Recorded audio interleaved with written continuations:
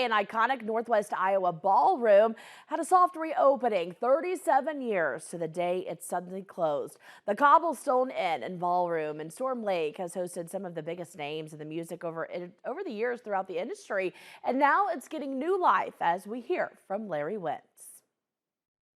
The fabled Cobblestone Inn and Ballroom next to the lake in Storm Lake abruptly closed November 8th of 1986.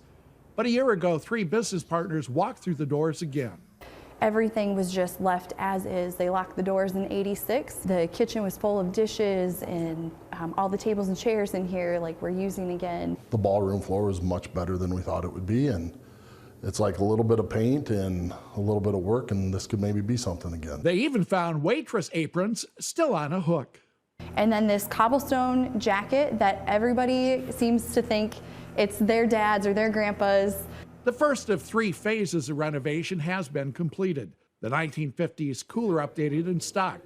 The bar restored with the past entertainers enshrined in it. I want to see this place living again.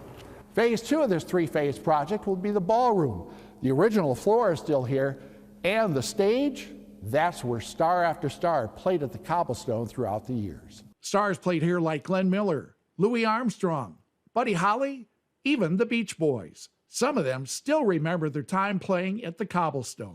So right here, I have an old concert poster of Myron Lee. He signed this for us. He was here in the 50s, kind of known as the founder of rock and roll in South Dakota. Gems waiting for repair still abound, like in the old restaurant. Everybody had talked about the mermaid pictures, and we could not find them, And that is something that many people remember, and we plan on refurbishing them and bringing them back to life. And the third and final phase of renovation will be the circus lounge that overlooks the ballroom, all generating precious memories from those who've gotten a peek inside. It was so fun listening to some of those people just reminisce on how they met their spouse here, or hearing the engagement stories. And so I kind of look forward to hearing those memories for people being made again.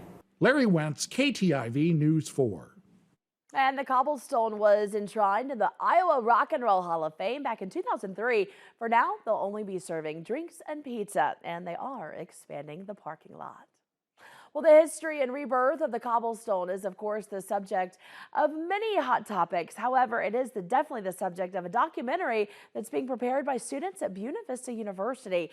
Digital media students at Buena Vista have been working on the documentary for so many months. Assistant Professor Jerry Johnson, who worked here in KTIV in the 1990s, says the students have spent hours trying to track down old photos, former performers, and the people who worked at the Cobblestone. We found that everybody has a story about the Cobblestone. So that really became the thread for this whole concept of bringing a community together through the Cobblestone. Johnson says they'd welcome more photos of the Cobblestone since no one had a cell phone back then. So he hopes this long-term class project will wrap up in 2026.